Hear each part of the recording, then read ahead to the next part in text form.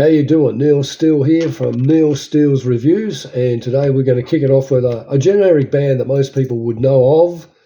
Even if you don't like them, you've heard of AC/DC.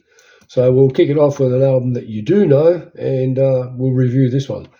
AC/DC, Dirty Deeds Done Dirt Cheap.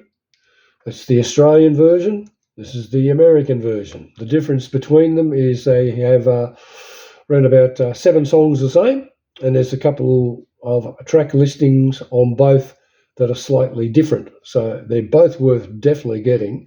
Rating out of 10, look, I'd give it 7 to 8 out of 10. It's not a killer album like Highway to Hell, Power Age, Let There Be Rock, or Back in Black, but it's still a really good album. It was the band's third album in Australia. This particular one here was the third album released for Australia because the band had released High Voltage in 1974, I think it was. And then we had TNT, which was released in 1975, and this one in 1976, which is their third album.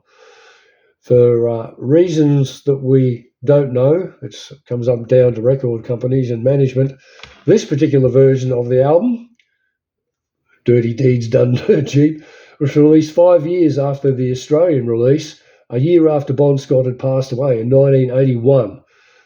Like I said before, both albums have the same sort of track listing to a degree, but there's a couple of different songs in both versions, and it's definitely worth getting.